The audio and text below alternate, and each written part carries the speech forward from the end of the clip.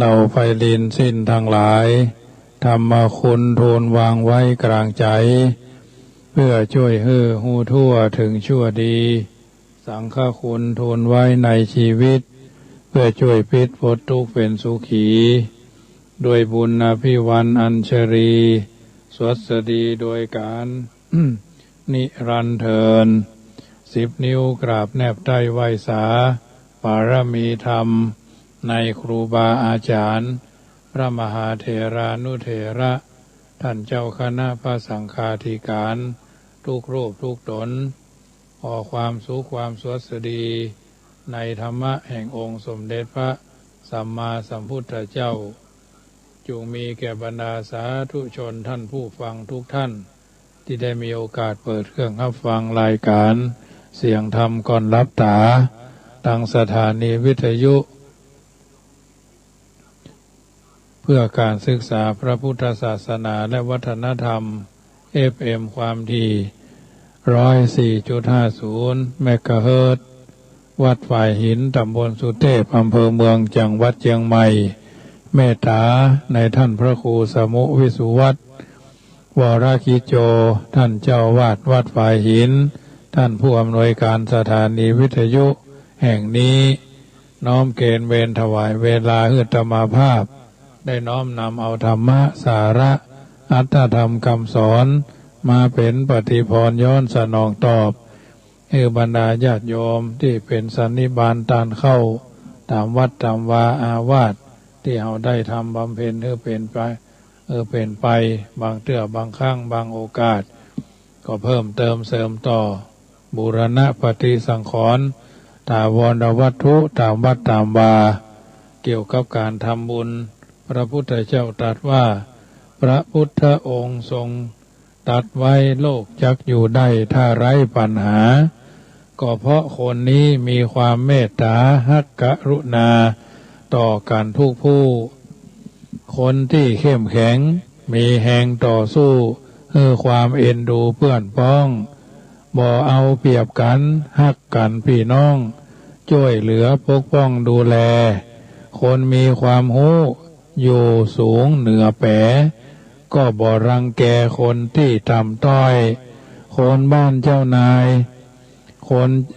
หันใจผู้น้อยเลี้ยงดูปอกอยเขานั่นคนฐานะดีมีตึกหลายชั้นช่วยคนอยากกันมีงานเป็นนายทุนเก้าจ้างเขาเยี่ยการตามความชำนาญไผ่มันเตอะเจ้าคนรวยได้งานคนผ่านได้เข้าได้เงินบรรเทายากไร้น้ำย่อมเพิ่งเหือเสือเพิ่งป่าไม้ไผ่ช่วยกันได้ช่วยไปป่าจอมป่าฟักจักลำถูกใจต้องเพิ่งจักไข่ซอยใส่ยำซ่ามันทำบุญต่อทุนไปหน้าโดยจิตศรัทธาแน่ชัดการกระทำบุญนั้นมีแต่ไปวัดใจแต่ไปวัดดาขันเข้าหั่นไปตาลแหล่งการทำบุญนี้มีหลายสถานอย่าไป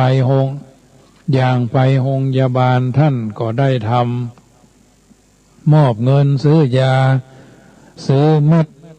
ซื้ออุปกรณ์กับคนไข้บริจาคไปสมทบตู้เตียงเครื่องมือหมอมีบ่ครบ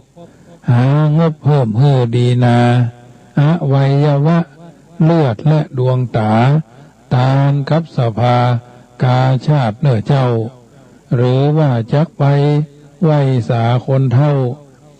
ได้บุญกับเฮาชาตินักคนแก่ทุกผานลูกหลานบ่ฮักที่พักอยู่บ้านคนชราซื้อผลละไม้กับเข้ากับป๋าไปเลี้ยงเพื่อนนาเข้าท่าบ่น้อยละอ่อนทุกจนเรรนต่ำต้อยอยู่ตามปูดอยแมกไม้ยังขาดโรงเรียนแบบเรียนเครื่องใจหากไปช่วยได้เจิญมาช่วยคนยากไร้ให้ได้ศึกษาเหมือนให้ปัญญาคุณกล้านักเจ้าหรือว่าจะไปเลี้ยงน้ำป้อนเข้าละอ่อนบ้านเฮากำพร้า ที่พ่อแม่ตายขาดยายขาดน้าขาดลุงขาดป้าเลี้ยงดูอยู่บ้านสงเคราะห์เฉพาะน้องหนูรอท่านอุ้มชูทำบุญหนุนเกื้อขอทรัพย์สิ่งของเงินทองผ้าเสื้อไปช่วยจุนเจือน้องไทยส่วนคนบ่มีจักขินจักใจก็ทำบุญได้กู้คนตาบอดสวกเต้าเตียวกลางถนนกลัวถูกรถชนควรล่นไปห้ามเพื่อการช่วยเหลือเปียแขนเดินข้ามได้กุศลงามยิ่งนักหันคนเป็นลมก้นล้มตึกตักควักยาหอมเฮือก็ยังดีหันแก้วขว้างไก่ไปเจอบ่อหนีกลัวเขาจักมีคนไปย่ำเข้าก้มเก็บขว้างไก่ก็ได้บุญเจ้าสบายใจเฮาหันชัดอันเนี้ยญาติโยมสาธุชนท่านกล่าวเอาไว้อันเรื่องการทำบุญสร้างบารมีไผ่ทำก็ไผ่ได้ไผ่สร้างก็ไผ่ดีไผ่มีก็ไผ่มีความสุขใจก็ขอมอบเป็นปฏิพรกับบรรดาญาติโยมสาธุชนท่านผู้ฟังทั้งหลายวันนี้เป็นวันอาทิตย์นะสุดท้ายของเดือนมิถุนายนวันพุธก็เป็นวันจันทร์เนาะเอาท่านทั้งหลายก็จะต้องไปทำงานทำภาระธุระที่เอาได้รับผิดชอบต่างๆกันงานยากงานง่ายงานใหญ่งานน้อยก็ทำกันไปญาติโยมที่เราได้มีโอกาสได้สร้างสิ่งต่างๆเกิดมาก็เป็นสิ่งที่เราท่านทั้งหลายนำไปคิดพิจารณาอนุโมทนาโยมแม่เรนูก้อนแก้วเนาะเพิ่นก็เป็นกำลังใจโทรมาเป็นกำลังใจก็อนุโมทนาเป็นอย่างยิ่งเนาะโมทนาโยมนาชากาแฟเนาะพี่น้องลำปางมาขายกาแฟอยู่เชียงใหม่โมทนาเนอะกับการตั้งกันรายานจิตจะขำมาแรงมาก็ป้าการถึงวันใดวันหนึ่งคนผู้ใดไผ่ผู้หนึ่งได้หายแซบหายสอยแล้วก็จะได้หายศูนย์ไปนะก็คือเติงหาเนาะบางคนก็อยู่กันสบายก็ยินดีปรีดาอนุโมทนาทั่วหน้าบางท่านก็ยังว่านั่นเนาะฮึมเป็นภาวาดภาวงกับฉีดวัคซีนอย่างเนาะพี่น้องทางเชียงใหม่บางท้องที่เนาะก็มีโรคโควิดสายพันธุ์ใหม่เกิดมาทำเมาะเป็นพื้นที่สีแดงทำละวุ่นวายได้ญาติโยมเอ๋ยก็ขอเป็นกำลังใจเนอะอมเพียงเนาะรัตนสูตรสวดถึงวันญาติโยมญาณิตาปุตานิสมากตานิปุมานิวายานิวาอัตตาลิเกสเปวะพุทธาสุมานาภวันตุอาโถปิสักจาสุนันตุตัสมาหิพุตานิสาเมธาสเพเมตังกโรทะยะมนุสิยาภจายะทิวาจารโตจะหารันทิเยปริงตัสมาหิพุตานิสาเมธาสเพเมตังกโรทะมนุสิยาภจายะทิวาจารโตจะหารันทิเยภาลิงตัสมาหิเนลคาทะอัปมาตาเนี่ยอันนี้ก็ถือว่าเป็นบทแรกของญาณีรัตนสูตรญาติโยมสวดทุกวันน่ะมันมีบักกี้บทเพราะฉะนั้นพระพุทธเจ้าบัญญัติว่าโลกอันนี้ถ้ามันมีเวรมีกรรมต่อกันมันถึงเป็นญาติโยมคนที่มันมีเวรมีกรรมต่อกันมันถึงเป็นท่านเป็นนี่หรอกอันนี้แสดงว่าพระพุทธเจ้าพระอานนท์ตรัสว่าหลวงพ่อเฮ้ยเนาะถ้าเป็นภาษาบ้านเฮาเนี่ยนะหลวงพ่อเฮ้ยจะไปยุบกับคนไปยุบกับคนเจ็บไข้ได้ตถาคตเป็นผู้บริสุทธิ์แล้วปราศจากมลมลทินแล้วตถาคตจึงทำมันก็เป็นอย่างที่เพิ่นว่าเนาะพระพุทธเจ้าเพิ่นตรัสไว้อาตมาภาพก็ก่อนไกลเอามาอู้ให้ญาติโยมฟังเนอะเป็นเรื่องน่าคิดน่าพิจารณาดูไปรอบตัวเฮาถึงวันนี้ญาติโยมมีกับพิษกับภัยกับอันตรายคุกคามชีวิตอยู่มากมายเหลือเกินเนาะชีวิตทุกชีวิตในโลกเฮาเสมอสิ่งที่แหวกว่ายอยู่ในห้วงมหานพอันกว้างใหญ่ไพศาลเหมือนดวงเทียนที่ถูกจุดขึ้นในท่ามกลาง แรงพายุบอกว่ามันจะดับเมื่อใดการบริหารชีวิตจึงบ่ใช่เป็นของง่ายเพราะบันบอบบางต่อการผจญกับโลกอยู่นักถ้าหากบ่ได้รับการรักษาพิทักษ์ดูแลให้ถูกทางแล้วมีแต่ทางเสียสิ่งที่น่าเป็นห่วงนักที่สุดไม่ใช่สิ่งอื่นอยู่ห่างไกลออกไปบ่ใช่สมบัติพัสถานบ่ใช่ญาติมิตรบริวารบ่าวไพร่บ่ใช่คนอื่นใดทั้งสิ้น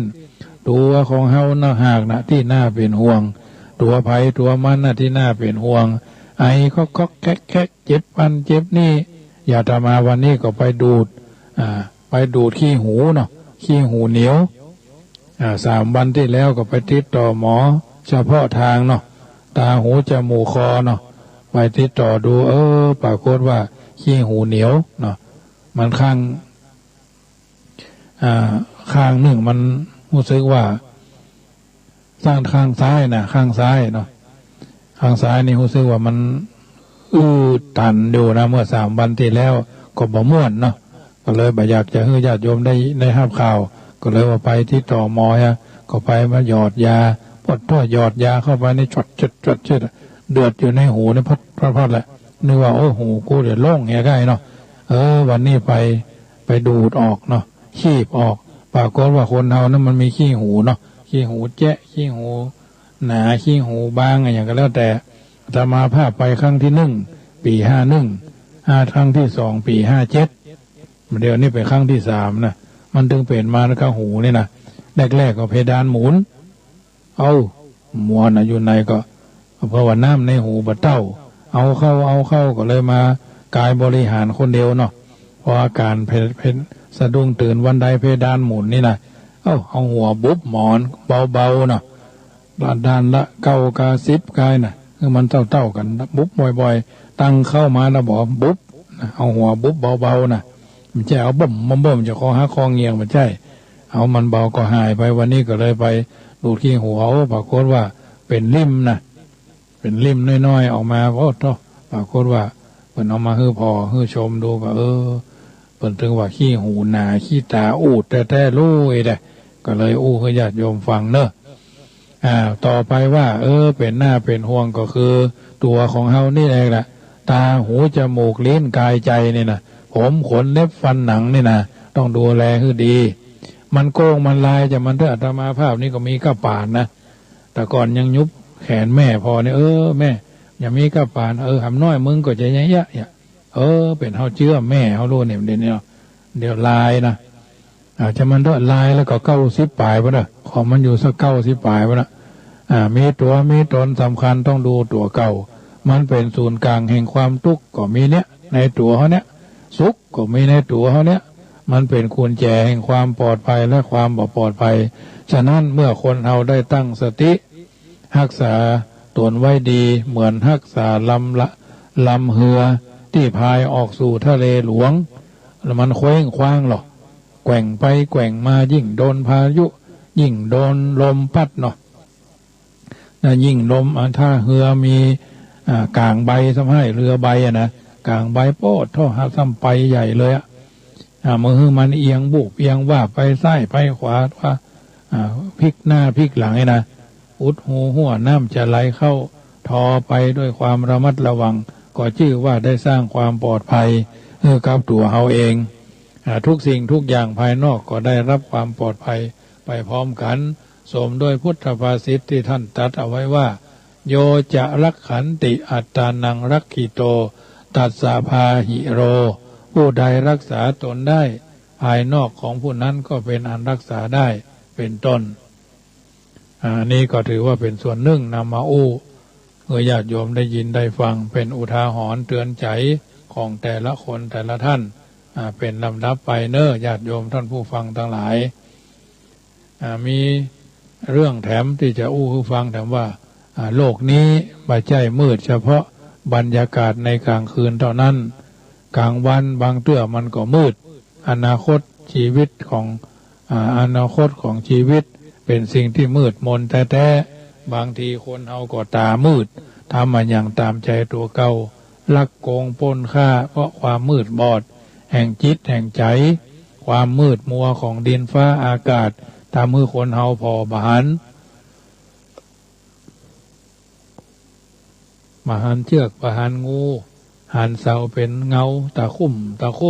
เหมือนผีหลอกฉันใดดวงใจที่มืดบอดก็ทำให้คนเฮาพอบหันความชอบหรือหันกงจักเป็นดอกบัวสารพัดสิ่งแวดล้อมตัวเฮาถ้าบ่มีสติปัญญากำกับอยู่ทุกอิริยาบถแล้วสิ่งเหล่านั้นก็จะทำให้จิตใจมืดบอดไปได้แม้แต่ขนบธรรมเนียมประเพณีหรือที่เฮาห้องกันว่าวัฒนธรรมต่างหลายในโลกนี้ถ้าเฮาปล่อยให้มันไปครอบงำทำให้ด้วยความงมงายมันก็ทำให้เกิดความมืดบอดได้เหมือนกันที่สุดความรู้ที่เป็นวิทยาการถ้าเจ้าของบ่มีศีลบ่มีธรรมบ่มีความรู้สึกรับผิดชอบชั่วดีปริญญาที่เป็นความสว่างแห่งความคิดก็จะกลายเป็นมัวมืดแห่งจิตใจไปได้ฉะนั้นอันนี้จึงนำมาเสนอญาติโยมสาธุชนแล้วก็จะมีคำหนึ่งบอกว่ามืด8 ด้านนั่นเดี๋ยวนี้ไหนหรอการบอกธรรมการสอนธรรมการโฆษณาธรรมน่าจะเป็นกิจที่ควรทำมากกว่านี้เพื่อจะเท่าเทียบกับการบอกการสอนการโฆษณาอื่นๆเพราะพระธรรมมีคุณบทเป็นเอหิปัสสิโกห้องคนมาพอห้องคนมาดูห้องคนมาชมภายหน้าที่อู้ว่าพระธรรมเป็นสิ่งบริสุทธิ์มีความดีอยู่ในตัวจำเป็นต้องโฆษณาก็ได้ทำไมจะบ่จำเป็นเล่าก็ในเมื่อบ่มีการบอกการกล่าวกันแล้วจะมีผู้รู้ผู้หันว่าเป็นของดีได้อย่างไรกันการรอคอยให้คนกับธรรมมาเจอกันเองนับว่าเป็นการรอคอยของคนที่สติบ่สู้จะสมบูรณ์นักเหมือนกับการมีเพชรเม็ดโตแต่มกอยู่ในขี้เปอะขี้โคลนเนาะที่ควายตมนะบวกควายพ่องนี่นะความสุขสกาววาวับของเพชรจักปรากฏขึ้นมาได้อย่างใดธรรมะก็คือข้อเท็จจริงที่ให้ประโยชน์ในการกำจัดความขาดเขลาเศร้าหมองในจิตในใจไปให้หมดไปมันเป็นสิ่งที่น่ากลัวอย่างยิ่งถ้าเราจะเดินทางไปสู่ที่มืดในโลกเพราะบ่ฮู้ว่าจะมีอันหยังดีแอบแฝงณที่ในที่นั่นเพราะปะเหมาะเคราะห์ร้ายอาจจะได้รับอันตรายถึงชีวิตได้ถ้าหากความมืดนั่นเกิดขึ้นในดวงจิตชนิดที่เรียกว่ามืด8 ด้านแล้วภัยของคนภัยของมันก็ย่อมจะมีมากกว่าความมืดบอดภายนอกคูณด้วยร้อยด้วยพันทีเดียวเหตุผลก็คือการทำบาปทำกรรมของคนในโลกนี้มีภัยที่ไหนเลยที่จะพอใจในการทำบาปด้วยดวงจิตที่สว่างไสวทุกคนหลงทำบาปด้วยความมืดแห่งจิตใจทั้งนั้นดังนั้นถ้าจะกำจัดต้นตอแห่งการทำบาปคือความชั่วก็ต้องศึกษากันอย่างจริงจังในเรื่องธรรมะธรรมโมการบอกธรรมะการสอนธรรมะการโฆษณาธรรมะจะได้ช่วยกันกำจัดความมืด8 ด้านให้หมดไปซึ่งนับว่าเป็นการขุดรากเหง้าเข้ามูลแห่งความชั่วร้ายถึงมดถึงมวลคือเป็นสิ่งที่แจ้ง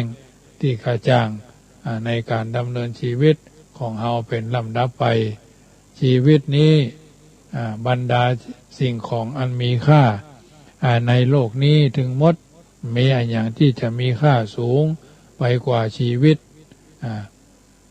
อันหมายถึงสิ่งที่มีชีวิตทุกอย่างรวมทั้งคนและสัตว์เพราะเมื่อมันดับไปแล้วใจจะจุดขึ้นมาใหม่เหมือนดังดวงเทียนชีวิตมันเกิดขึ้นมาเพราะความสมดุลของธรรมชาติจะดับไป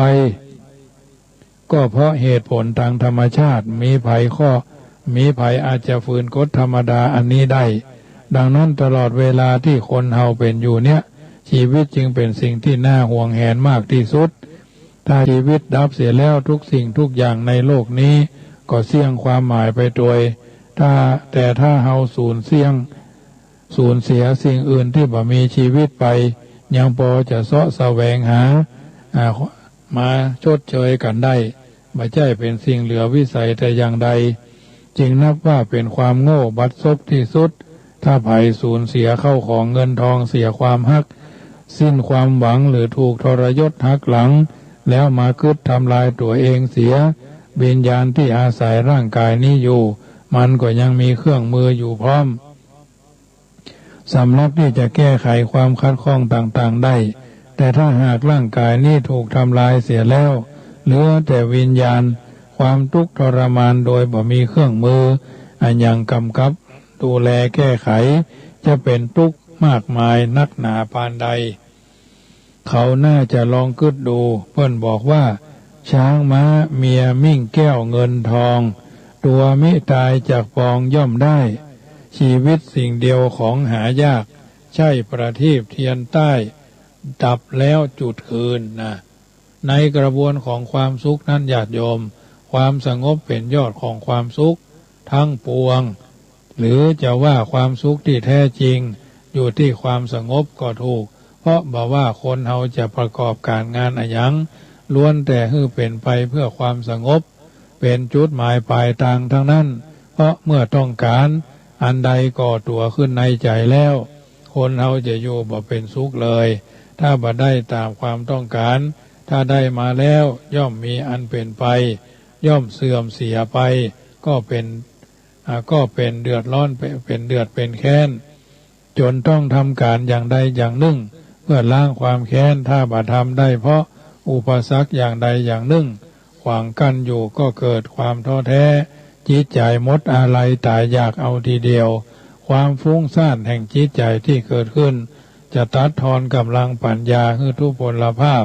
แล้วลัดหูลับตาดำเนินชีวิตไปอย่างบ่มีจุดหมายปลายทาง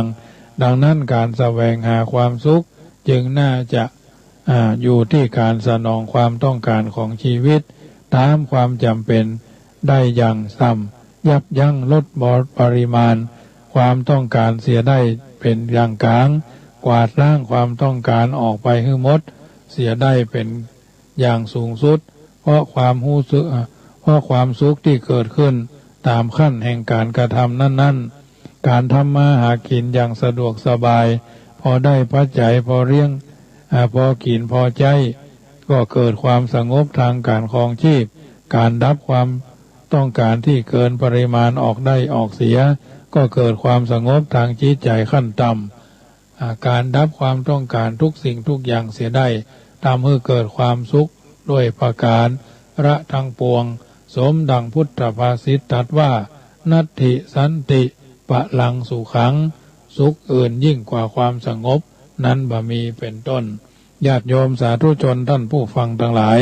ธรรมบรรยายก็จบลงไปสำหรับคืนนี้ก่อนจะเปิดสายให้ญาติโยมโทรกันเข้ามาคนละสาย2 สายก็ขอประกาศอนุโมทนากับบรรดาญาติโยมที่ร่วมเป็นเจ้าภาพการก่อสร้างห้างแผงก็ดีการจะไปตานเตียนจะไปตานผ้าอาบน้ำฝนจะไปตานชุดหลอดไฟฟ้าชุดยาสามัญประจำวัดก็ดีตลอดจนสีทากุฏิส่งห้องนอนของพระเจ้าประสงค์วัดจังกรรมก็ดีก่อนอื่นก็ขอประกาศอนุโมทนาครับโยมแม่บัวลันจำปาเอ็มพร้อมด้วยบุตรหลานนายเหรียญกันทะเอ็นนายสาครจำปาเอ็นอมรรัตน์พุ่มวัชระนายโกศินทร์จำปาเอ็มพากันร่วมเป็นเจ้าภาพป้านลม2 ตัวเป็นเจ้าภาพป้านลม2 ตัวละ 4,500 บาทก็จำนวน 9,000 บาทอุทิศไปหาพ่อหลวงมาศแม่ขันแก้วกันทะอินพ่อทองคำจำปาเอ็มนี่ป้านลม2 ตัวนางสาวกันธมาศนายจิรเมธพุ่มวัชระนายอนสโสพิษนภานายศิรวิทย์จำปาเอ็มอันนี้ร่วมกันเป็นเจ้าภาพเด็กชายทักษิณเด็กชายสุภวัตจำปาเอ็มอันนี้ร่วมเป็นเจ้าภาพกระดิ่ง6 ลูก6 แก่นเนาะอันนี้พี่น้องบ้านบวกกลางเนอะที่เพิ่นเผาครูบาแถวไปเขาแล้วธรรมาภาพก็ไปถึงเมื่อคืนถึงเมื่อวันเนอะไปรับไปถวายร่วมกินร่วมทานกับเพิ่น หลวงพ่อรักษาการแทนก็เต็กตีนเต็กมือฮับปัดใจเพิ่นก็ถวายมา 2,000 เนาะแม่คืนก็เลยลักเอาจอมหีผู้เพิ่นเนี่ย ลักเอาจอมหีผู้เพิ่นเนี่ยเอาแต่อันใครได้หนังสือเนาะไปกินไปทานก็เพิ่นปรากฏว่าหนังสือของวัดวัดอันบัวก้างสังกำแพงเนี่ยหนังสือดีทรงคุณค่ามี100 อันปันอย่างอยู่ในนั้นนะสัพพะจ้องใจเนาะรับนั้นมาก็มีพ่อเมืองแม่พรแหล่งอุโมงค์เนาะกระดิ่งนึ่งแก่นพ่อทัดแม่บัวเพียวแม่บัวเพียงเนาะแม่บัวเที่ยงนะดานอสอทัศวรรณพรหมวิชัยอันนี้ก็กระดิ่งนึ่งแก่นเปิ้นมากันแต่เจ้าเนาะไปพุ่นไปเผาครูบาวัดห่วงเปาเปิ้นจะเผา2 ทุ่มนี่แหละนะถ้า2 ทุ่มอาตมาภาพก็ตั้งมือสารงานมือไหว้ทำบุญร่วมทำบุญกับเพื่อนแล้วก็ตะกี้เมื่อ6 โมงถึง7 โมงนี่ประกาศสีโยมแม่สีนวลเวียงผาเป้าเป็นเจ้าภาพ1 ถังโยมพี่เจียงใหม่เป็นเจ้าภาพแถม1 ถังเนาะถังละ 1,000 บาทพอดีสีทาภายในเป็นสีควันบุหรี่ออกฟ้าน้อยๆเนาะหม่นฟ้าหม่นแก่น้อยเนาะสถาบันเหล่ามุ่นอำเภอเวียงหนองล่องสถาบันเหล่าแมวอำเภอเวียงหนองล่องเพื่อนถ้าเป็นเจ้าภาพแล้ว4 ถังเนาะจะใจ7 ถังก็ดีประกาศเมื่อแรงเนี่ยรายการเสียงธรรมนำสุขนะตอนที่6:10ถึง7 โมงก็โยมแม่สีนวลเวียงผาเป้า1 ถังแม่สวย1 ถังแล้วก็โยมพี่เชียงใหม่ทำ1 ถังประเดี๋ยวนี้ยังเหลือแถมถังเนอะถังละ 1,000 บาทเนี่ยโยมอันนี้ก็สามารถร่วมเป็นเจ้าภาพได้เนอะวันที่1นี่ก็จะเริ่มทาละศาลาเพิ่นก็เคลียร์การแข่งงานแล้วก็ก่อนวันที่1นี่ก็ถ้าวันผูกวันเฮอนี่ถ้าเขาว่างก็จะได้เข้ามาทาเลยเนาะทาภายนอกนี่ก็จะว่ากันทำคำ1อันนี้ก็เป็นมันจะต้องเคลือบเหมือนร้านกาแฟเพิ่นเฮาว่าปูนเปื่อยเนาะปูนเกมเนาะฉาบเรียบฉาบมันข้างนอกนะอันนี้เป็นสีภายในก็ยังทำ1 ถังละ 1,000 บาทเนอะญาติโยมสาธุชนจะกินจะทานก็ร่อมอนุโมทนาได้แล้ววันที่11 เดือนกรกฎาคมเดือนหน้านี้จะได้ไปถวายเทียนพรรษาชุดเหรียญชุดหลอดไฟฟ้าชุดเทียนพรรษาผ้าอาบน้ำฝนยาสามัญประจำวัดซึ่งชุดหลอดไฟนี่จะใช้100 ชุดเนาะวัดละ10 ชุดนะวัดละ9 ชุดนะวัดละ9 ชุด10 ชุดถึงวัดจังกำอันนี้ก่อนน้องเบิ่นเจริญพี่น้องบัวก้างเพิ่นก็ยังว่าอีแม่เขาก็จะเมื่อกัน1 วันน่ะก็ดีใจเนาะพี่น้องแม่มาริวันนี่ก็เพิ่นว่าปีนี้ถ้าจะถอนตัวก่อนเนาะโยมแม่มาริวันเจริญเนตรนะก็บ่ว่ากันนะแม่เนี่ยมันเป็นอย่างเอาที่สบายใจก่อนยกมือสายกมือสายอมือไหวเนาะเพราะฉะนั้นเทียนพรรษาก็ดีชุดผ้าอาบน้ำฝนก็ดีชุดหลอดไฟก็ดีชุดหลอดไฟนี้มีประมาณ10 ป่ายละนะ10 กว่าชุดจะได้ใช้100 ชุด ชุดละ200ผ้าอาบน้ำฝนและน้ำมันเติมตะเกียงอันนี้ก็ชุดละ200ยาสามัญประจำวัดนี่ยังเหลือแถม8 ชุดนะโยมชุดละ300 บาทโยมแม่ครูเหรียญทอง1 ชุดโยมพี่เชียงใหม่1 ชุดเนาะโยมแม่เหรียญทองกับโยมพี่เชียงใหม่ก็ห้าเป็นเจ้าภาพหลอดไฟคนละ1 ชุดผ้าอาบน้ำฝนคนละ1 ชุดกับน้ำมันเติมตะเกียงอันนี้ก็น้อยลงไปเรื่อยๆเนาะโยมทั้งหลายก็ตั้งเจตนาร่วมกินร่วมทานสำหรับสีภายในกุฏินี่ก็แจ้งความประสงค์ได้เรื่อยๆวันพรุ่งนี้บ่าย 2เนอะก็ฟังกันที่ขึ้น96วันที่29นี่ก็ครบรอบ33 ปีของครูบายางกวง15 ปีที่เพิ่นบูรณะวัดยางกวงประตูหัวเนาะอากาศประตูอันกาดก้อมประตูหัวเนาะที่อันวัดยางกวงเพิ่นมีกาดใกล้ๆนั่นน่ะแคบหมูเนี่ยเพิ่นก็มีประกอบโฆษณาเรื่อยๆอาตมาภาพไปมุทิตาเรียบร้อยวันนั้นก็โยมแม่สีนวลขอดคำเพิ่นก็ร่วมทำบุญไปแถมกับครูบายางกวงที่ดิน2 เม็ด1,000 บาทตารางเมตรละ2 ตารางเมตรละ500บูรณะปฏิสังขรณ์พระเจ้าแสนแท้แถม 1,000 บาทค่าน้ำกับไฟ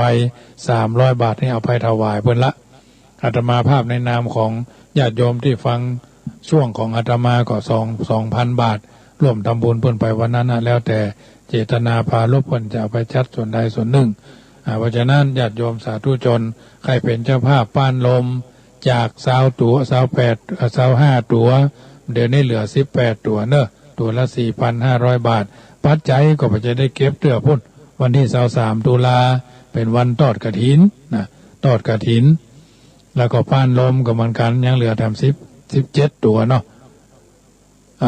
นาคตันหรือคันโทยังเหลือ17 ตั๋วตัวละ 3,500 บาทแต่ว่าก็โยมแม่บุญนำทองเรื่อมปุ้นอำเภอเสมิงมาเป็นเจ้าภาพ1 ตั๋วโยมแม่เอื้องไพชัยยองดงฤาษีทำตั๋ว1นะเพื่อก็แจ้งความประสงค์กันมาเป็นระยะทั้งนี้ทั้งนั้นก็ขออนุโมทนาโยมพ่ออ้ายแม่แก้วลูนเพื่อขอให้เป็นเจ้าภาพพลาสติกห่อข้าวมะม่วงแก้วที่ส่งมาก็ได้แล้วของต่างๆที่โยมแม่แก้วลูนส่งมาก็ได้รับไว้เป็นที่เรียบร้อยแล้วเนอะทุกสิ่งทุกอย่างก็พวกนี้จะได้เลือตุนข้าวพัดวันนี้ก็ซอยกุนเชียงหมูยอแอร์ลอดเนาะจุกจิกปอกบ่ฟักต้มน้ำซุปบ่ฟักนะฟักเขียวเนาะซุปฟักเขียวเป็นห้องหวานน้ำแก้แค้นใส่ปีกกลางของไก่200 ปีกนะเครื่องต้มเนี่ยบ่ฟักญาติโยมก็เอามาหอมตัวน่ะบ่ฟักโยมแม่น้อยพุ่นก็ได้โดนได้เลี้ยงด้วยเนอะแม่น้อยบ้านแม่ยะแม่พวกอำเภอป้าวนะบ่ฟักเพิ่นหอมนะต้มละปูนเพิ่นหอมไปถึงเมืองป้าวนะว่าน่ะพี่น้องดอยสะเก็ดพี่น้องหายไปเมินนี่พี่น้องที่อยู่ตังนั้นดอยสะเก็ดเนาะพี่น้องต้นขามนี่หายไปเมินนะแก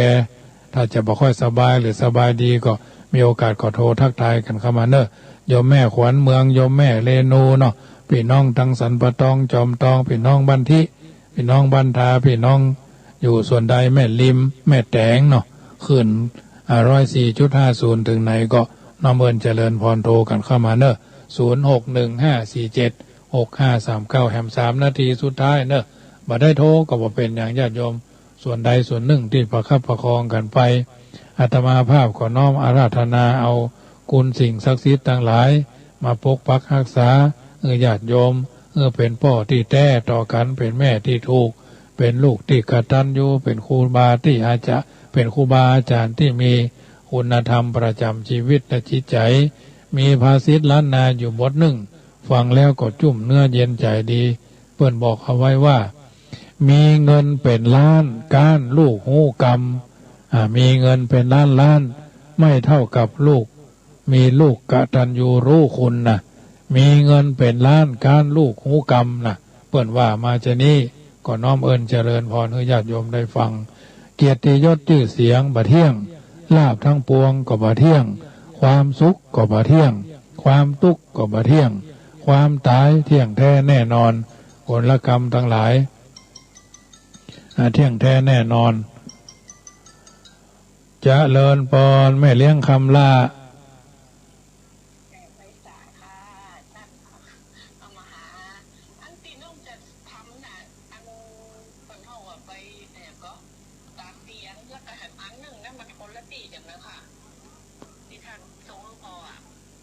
อัน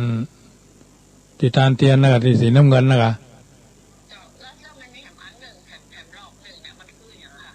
เอาเวลาจะโอนนะ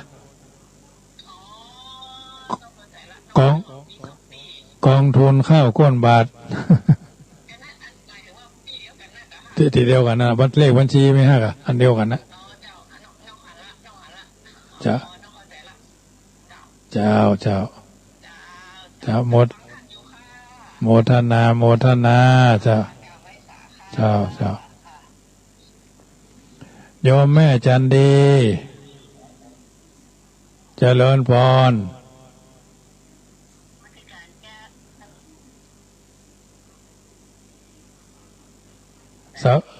เจริญพรมาสการเจริญพรเนอสบายดีแม่จันดีปากก้างสันทรายนะความทุกข์บ่เที่ยงความตายเที่ยงแท้แน่นอนผลกรรมก็เที่ยงแท้แน่นอนเจริญพรโยมแม่จันดี ฝนตกก็วันนี้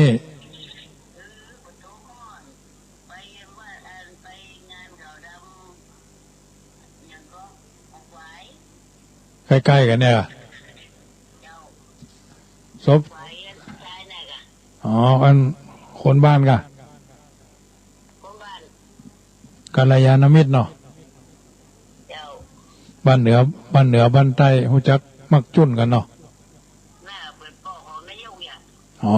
คนไทยจัดหลายเนาะ